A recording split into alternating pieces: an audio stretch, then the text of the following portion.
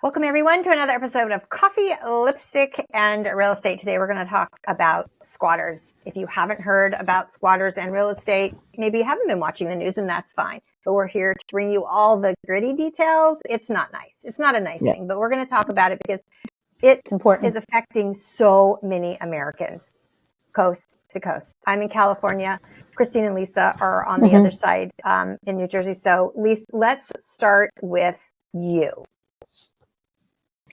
Well, why I wanted to talk about this is because, as everyone knows, I do the Jersey Shore, and it is a summer town. It's a resort town, basically. And so there are vacant homes. And it has become alarming right now that we're hearing that this is becoming a business for the cartel. They are taking the immigrants and telling them, hey, I got a vacant home for you to move in. I can get you a home if you pay me X, Y, and Z. Now, how they're finding out these vacant homes, I guess it's a little easier than I think.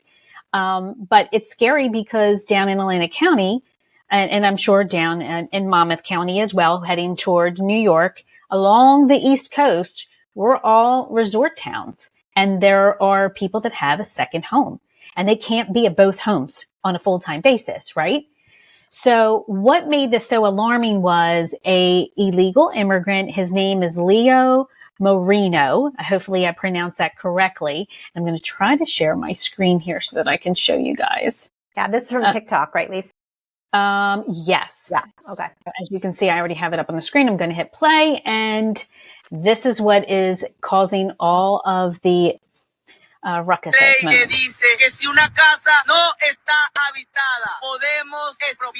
Venezuelan national Leonel Moreno said that anyone can seize abandoned and disrepaired homes and lay claim to it, thereby greatly simplifying adverse possession laws. Moreno said he's thinking about making it his business and encouraged his fellow migrants to occupy empty houses. Que tenemos para no vivir en la calle y no ser una carga pública. His advice did not go over well with the viewers. As many predicted, Moreno and his followers would meet the Second Amendment. I immediately run. Oh, cool. Yeah. It's so bad. That is very bad. Out there telling people just break into people's homes and because nobody will do anything about it. Nobody will do anything about it. And I read, there's so many articles, anybody, you can go online and look, and it says here's one article that came out, just this last month. White House also spoke about the squatting trend, calling it a local issue. Christine, talk to us about are there rules? Are there regulations? What is going on? It's not local when these people are coming. Most of the people doing this are breaking into and taking over a home that aren't citizens of the country. This isn't a landlord situation where they just stop paying rent. You can't get them out and you got to go through the process. These are people breaking and entering and seizing someone else's property. It's criminality. That is to me, the government is supposed to protect our country. There's an invasion. There's an invasion into our personal property, and it's happening all over the United States. It's not one place. Yeah, it's not one town. So sorry, that's a poor answer. Yeah, as we were talking about before we started recording, there are stories in every state. Every state is having to deal with this, and it's insane. Christine, is there anything else that you wanted to go over? Is there any other rules or anything that you can think of for homeowners that you've read about recently? I know it's kind of all up in the air. It's like do what you can, right? I think what it's doing is, I know there's in New Jersey. So initially, like I said before, this was considered a landlord-tenant issue, and squatting deferred to landlord-tenant rules. So if somebody stayed in a home or overstayed their even a family member, stop paying rent, not paying rent, you want them to leave, you have to go through the normal landlord-tenant eviction process. And in New Jersey, it's typically serving them. It's 60 days, and then they have 30 days, and then it goes back to court. It could drag on up to 6 months to a year. Some people in bad situations, if the landlord's not doing everything correctly. but it's on the onus of the owner to do this. Mm-hmm. And go who through the knows how to expense. do that? Exactly. Yeah. And so You you have to living hire an your life. attorney. Like, It's a how do huge you know how to do expense. this? Exactly. So Right, you're losing right. money. You're not getting rent. Your property's seized, Right. and you have no rights. And Right. recently in So, Brooklyn, the owner tried to come back and get the house, and the police arrested her. Okay, so Yeah. there's something I wrong. saw that. So this is all bringing a lot of attention, and I think what's going on is legislators, local legislators, people are starting to step up and go, we need to look at this. This is not Yes. okay. This is criminal act. This is a breaking and entering. You know, this isn't a situation of landlord tenant overstaying their welcome. So I think that we're going to see more to come in far as rules and laws. And on that note, because it's kind of the Wild West, for lack of a better term, there is a gentleman. He has coined the term the squatter hunter, and he started. I love it. I love it. Started in California because he was helping his mom, who they needed to sell her home, and he went there, and there were people living there, and so down the road we go, a couple years, 2, 3, 4 years ish. The squatter hunter. He's got a big YouTube channel. Heard an interview from him recently, and his advice was never try to address these people on your own. Don't do it. So what are your choices at that point? You call law enforcement. So as soon as you open the gate with law enforcement, then you started the legal process. And once you start the legal process, you're stuck. Which, I mean, you would hope that would be a good thing, but then you're stuck, and it's months or longer. Right. Yeah. The squatter hunter, if you call him, they have really great process on how to address this issue. And if you go to I'm going to share my screen really quickly. This is his website. So if you go to his YouTube channel, right, Squatter Hunters, you will be able to see all kinds of videos and of what he does in the scene, in the moment. He really handles the situations so beautifully. He's got kind of like this really great sense of humor, and he's able to do these things, but he knows how to do them with his team. So this is his site, Squatter Hunters, and you can get a call with him. He can do a consult with you. He's a good guy. And like, how much does this cost, right? So click here to email Squatter Hunter and donate $150 to Squatter Law Change. So he's kind of devoted his life now at this point to help these laws get changed. So this is the website. You're welcome to. I love it. Go there if you are having issues and you need help with that. You certainly can. And I wish.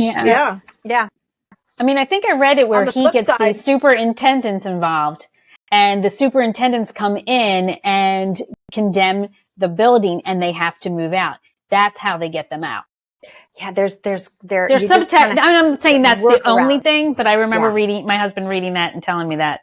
Okay. Yeah, it's crazy. So just a couple little. Go ahead, Christine. Yeah, I was just thinking on the flip side of his entrepreneur. I don't know if he's making money off this. If he's doing it as a nonprofit. Obviously, he's doing it for the right reasons. Sure. But another thing is with Lisa saying what she said in the beginning with being resort towns. Florida is another place that has summer homes where people aren't there for 6 months. They come and they snowbird. There's lots of places like that where people have second homes. So do you think maybe we should see, I'm thinking myself, do we as owners start hiring people to somehow watch our homes? Make it look like there's activity there. Do we have somebody who comes and polices a neighborhood? Well, they do that in Italy, from what I understand. You can't leave your house empty in Italy. It's a problem there. Right. So I could see where somebody could entrepreneurially come up with some idea to start and let me tell you, there's 50 United States, so there's plenty of business for everyone. Just in a town, let alone a state. Right. I mean, even frankly, for me, like Christina's heard me, I usually go down, in the evening. I wait till the morning now because I don't know who I'm going to see. That's terrible. And I put.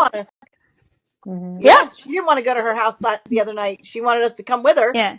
we were hanging, we're doing a girls' night. Yeah. And so she's like, can you guys all come to my house? You know, cause I don't want to go to my house alone. And that was pretty much the main reason why. And then Christine was staying with me. So it was like not a big deal. But, luckily I have people that live that's their primary home around me, and they're all good. And they're like watchdogs. So they would, you know, notify us right away. We have 2 cameras, you know, and so they're pointing to the exterior, so we would know.